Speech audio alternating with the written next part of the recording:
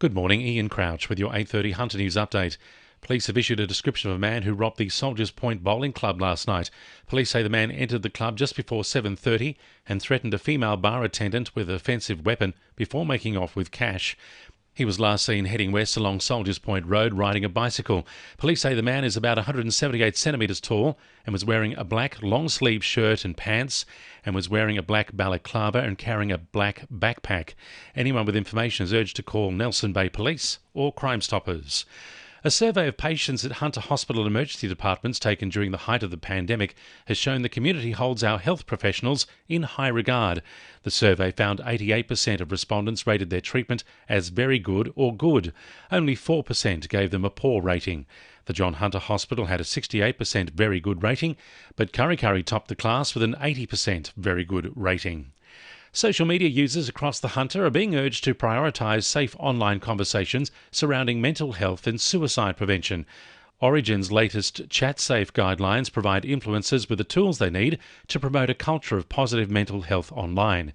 Head of Suicide Research at Origin, Dr. Joe Robinson, says the guidelines are there to help users engage responsibly with young people experiencing mental health issues. We've really got some guidance in there to help equip those influencers communicate safely about suicide and self-harm to their followers. So some specific things include being clear about what their role is. For example, being clear that they're not a mental health professional, being mindful about their audience and who their audience are and where they may be coming from, and to encourage help seeking in their followers. More than $6 million is going towards local road projects in the Hunter. It's part of an election commitment from the Albanese government to top up the local roads and community infrastructure program with an extra $250 million. Lake Macquarie Council will receive almost $2.8 million, while Cessnock is getting almost $1.7 million. Muswellbrook will receive around $900,000 and Singleton is in line for almost $1.3 million. The New South Wales SES is on the hunt for Hunter volunteers who are willing to lend a hand during times of emergency. At this weekend's Tocal Field Days, the service will be advertising a number of roles, including flood and storm response, land search and rescue and emergency operations.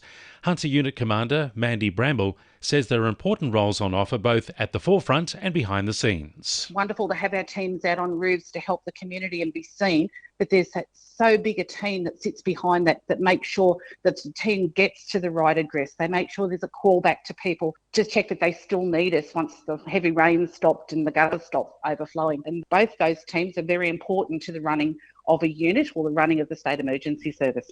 Port Stephens Council is holding 4 community sessions today and tomorrow to get feedback on its coastal management program. Council has identified a number of threats impacting the Port Stephens coastal zone, including coastal erosion, coastal inundation and dune transgression caused by wind. Residents are being encouraged to head to the Tanilba Foreshore Hall today between 12 and 2 or the Bruce Scott Pavilion at the Tonnery Sports Complex between 4 and 6 p.m. Other sessions are being held tomorrow at the Marook Cultural Centre and the Barooby Surf Lifesaving Club. 2NURFM Sport. Hunter Wildfires recruit Utah Tafuga is gearing up to make his debut for the club against Warringah on Saturday. Tafuga joined the club after advice from his older brother Kirk, who captained the Wildfires in 2021 before leaving for Spain.